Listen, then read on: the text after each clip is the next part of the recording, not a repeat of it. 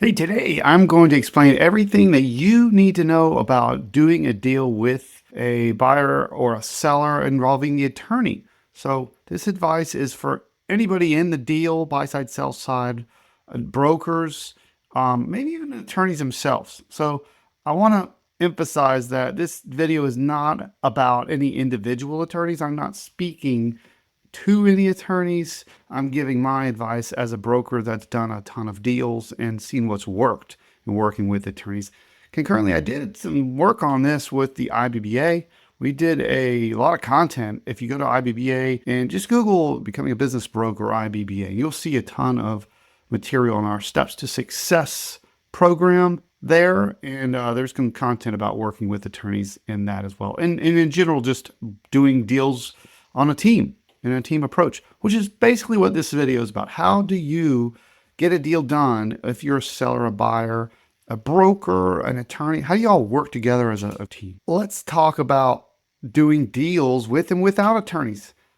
Now, I'm a big fan of doing deals with attorneys, but I am aware that some brokers do close deals without attorneys. This is a possibility. You can use an escrow agent, and this is probably more popular in certain states that have escrow agencies, very popular. And especially with states that have strong associations. I'll get more into that a little bit later. I sell businesses in North Carolina, and our association for business brokers is the Carolinas and Virginia Business Brokers Association. We do not have a standard form for selling a business, and our attorneys are not trained on a specific form to sell a business. So in this market that I do business in, every purchase agreement is essentially bespoken. It's somewhat made of whole cloth. Now, attorneys use templates. They repurpose old asset purchase agreements, but there's not one that every attorney agrees is the right one. That's different than real estate. In real estate, for better or for worse, it's been formalized. Every state has a standard piece of paper that they can close a deal on, and real estate attorneys move through real estate closings very, very quickly because they're cookie cutter. Everything fits in a little box. I'm simplifying. It's more complicated than that. But they tend to do more volume, and there's less personalization to each contract. That's when I say bespoken, I mean each contract is unique in a number of ways because every business is unique, right? I believe in using attorneys in closing deals. And furthermore, most of the deals that we close, there's a sell side attorney and a buy side attorney. My advice for the buyer and the seller is to hire a great transaction attorney. This is one of the first questions that we answer for buyers and sellers and guide them on is I like to joke and say, don't use the guy that got you out of your DUI. That's a joke, and DUI is very serious, but it gets to the point. Use a contract attorney.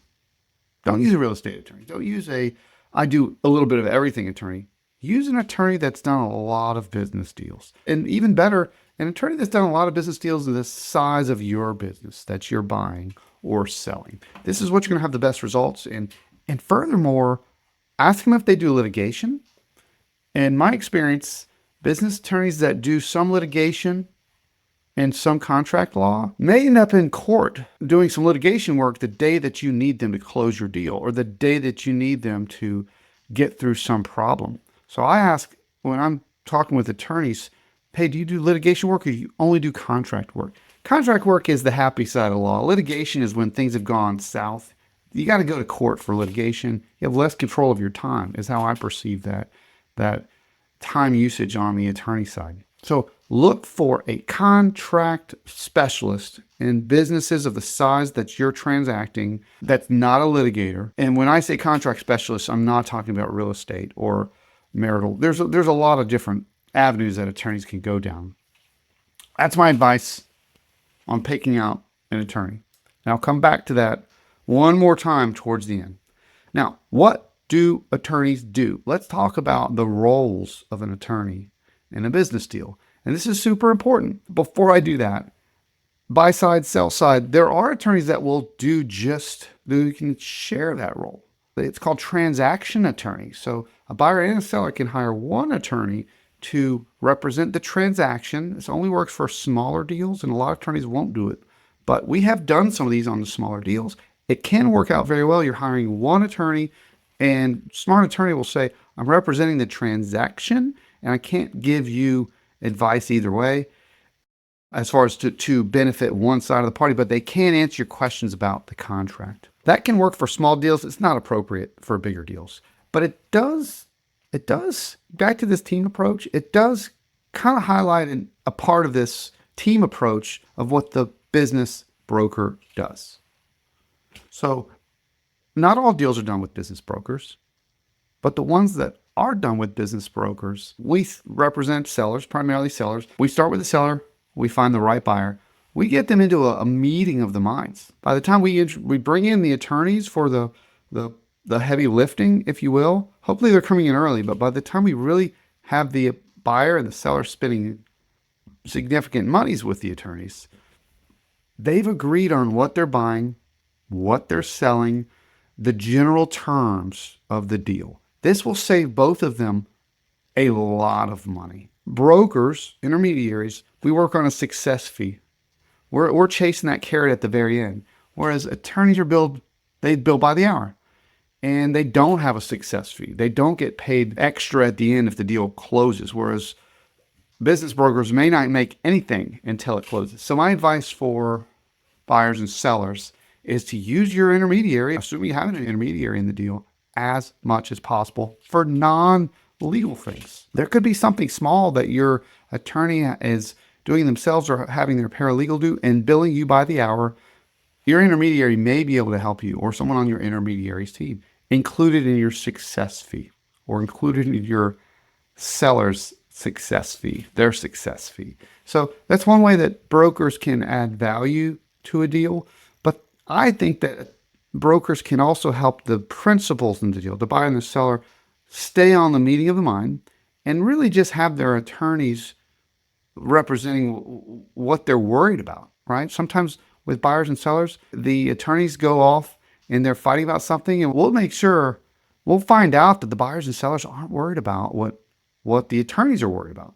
So we talk about levels. It's up at the attorney level. This is what they're focused on. Is that important to either of you, buyer or seller? If not, let's let the attorneys know that may not be the best use of billable hours, the best use of their time. We all want to get this deal done. That gets to what is the role of the broker with the buyer attorney and the seller attorney. Now let's get to what buyer and seller attorneys actually do. They can be done in a number of ways, but what typically happens is the buy side attorney will produce we call it the definitive documents. The definitive documents of a business deal is the definitive purchase agreement. It could be a definitive stock agreement or a definitive asset agreement, a DPA, APA, SPA. These are all names for just the big kahuna, the main deal papers. And then there's these ancillary agreements that go with it. These purchase agreements can be very, very long, but the first few lines say, seller agreed to sell these things to the buyer. That's an agreement to buy and sell something. So the buy side attorney typically will start this large document. When I say large document, I mean 10 pages, 40 pages, maybe 100, 200 pages if it's a significant deal size. And the ancillary agreements are all the stuff that comes with it. Buy side typically will take the root of that document. And the sell side attorney is responsible for reviewing that document. Additionally, buy side attorney typically will hold the closing. By that I mean we do virtual closings a lot now, but if we're all going to come to someone's office and sign physically, typically it's the buyer's attorney. It doesn't have to be, but commonly it is. Or in the virtual world, who's going to send out all the docu-signs on closing day? Typically that'll be the buyer's attorney. There are some things that the seller's attorney will likely do, and that involves things that are specific that benefit the seller directly. A great example is a seller note. Another example is inevitably when a seller is selling a business and they have liens in the past and they're paid off, but the liens aren't released, that stuff comes up, and that's often the seller attorney will help chase down and put out fires like that. Working with local ordinances, permitting, things of that nature. A lot of times attorneys can help with that if the seller needs it. So if it's something that seller needs to do legally that's prohibiting the closing, seller attorney will probably step up and attack that. Again, if the broker can't help there as well. So legal things specific to the seller, sell side attorney will typically tackle that. One more thing is typically we have the sell side attorney hold the original deposit or escrow money. And that's just because it's early in the deal. When a buyer says, I want to buy this, well, they need to put some money somewhere. Typically that'll go to the seller's attorney. And that's what kind of gets the ball rolling it'll be mentioned in the contract. And one more thing is the buy side attorney will work with, if there's an SBA loan, work with the SBA banker and their legal side. And sell side attorney can be involved in that process as well. So the whole team's got to work together to get this done. These relationships are super important, how they work together. When we do deals, we have lists of attorneys that we've done deals with in the past. And we know we can get a buyer and a seller to agree on a deal. But if we can get the buyer and the seller to agree to do a deal, and then we can get attorneys that we've finished deals with before on the deal, our percentage of closing goes up. And if those two attorneys have done deals before, chances are they know how the other one works, and our chances of closing go up even more. If you hear your intermediaries talking about recommending attorneys, it's not cronyism. We don't pay the attorneys money to do deals. We don't get spiffs or anything back from the attorneys. We're just looking at likelihood of closing. And we do ask attorneys, hey, how much do you charge our clients? Because we want to make sure that they're charging the appropriate amount. If we see attorneys that are overcharging, it's all perspective, but relative to deal size, we may be sending the wrong type of deals, and it just may not be the right fit. But that's how these relationship works. We're incentivized to get the deal closed, and we want great communication. If we have attorneys in the mix that we've done deals with, basically we know where the deal gets stuck, and they'll take our call because they want us to refer them that next deal so we can do more work together. So deals tend to get stuck at certain phases. Attorneys put maybe pushing on one side or the other, but the intermediary is the only contact in the whole deal that can touch everybody, right? So the buy-side attorney legally can't even talk to the seller. Seller's represented by the buyer's attorney. And similar on the other way, but the intermediary is in the middle. They can talk to everybody, see where the deal is stuck, and push. That's what the intermediary is doing. So the last thing I want to get to is this. I mentioned associations. I'm in North Carolina with the CVBBA. Other associations, big associations for business intermediaries are the Florida Business Brokers in Florida. The TAB is the Texas Association of Business Brokers, and there's a CAB in California. So I mentioned those three specifically act more like what you see in real estate. Now, this is Neal's perspective operating out of North Carolina, but seeing what's happening in other states from working with other brokers.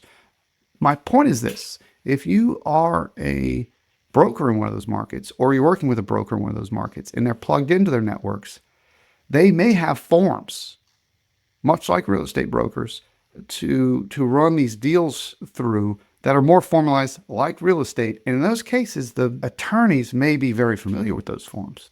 And we work with attorneys that are a part of our associations because we know they're committed to the same standards that we are.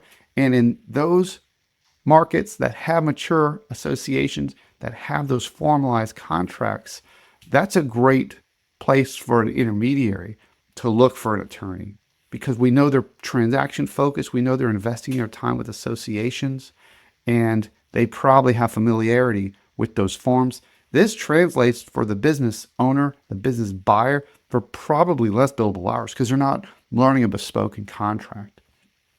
You've probably seen this contract before. So that's the tie-in with brokers and associations and standard forms.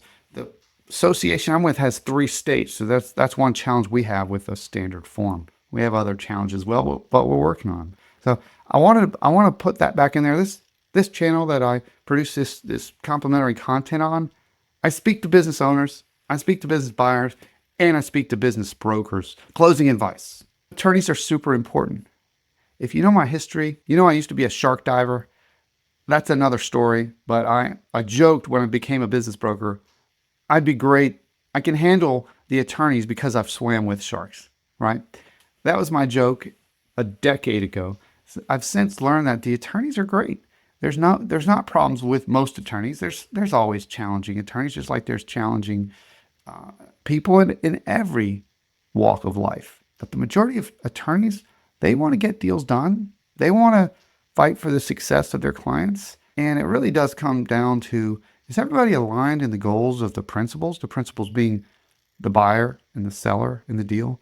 Is it a deal maker or a deal breaker? It's a trite comment, but we do see that sometimes. And the ones that have transaction experience specific to the transaction that you're doing typically are the ones that are going to get it done most efficiently, that understand the motivations of all parties, the ones that are going to work together with the other advisors on the team. That should be the goal, in my opinion, for all the principals to understand the roles of each of these, the intermediary, the attorneys, and the other principal in the deal. That's how we get deals done. Hey, if you have a question about getting your deal done and I can be of service, call me. Reach out to me. I'm easy to find on LinkedIn. I'm Neal Isaacs. I am the Raleigh business broker. Thank you for watching. Mahala. Till next time. Thanks for watching.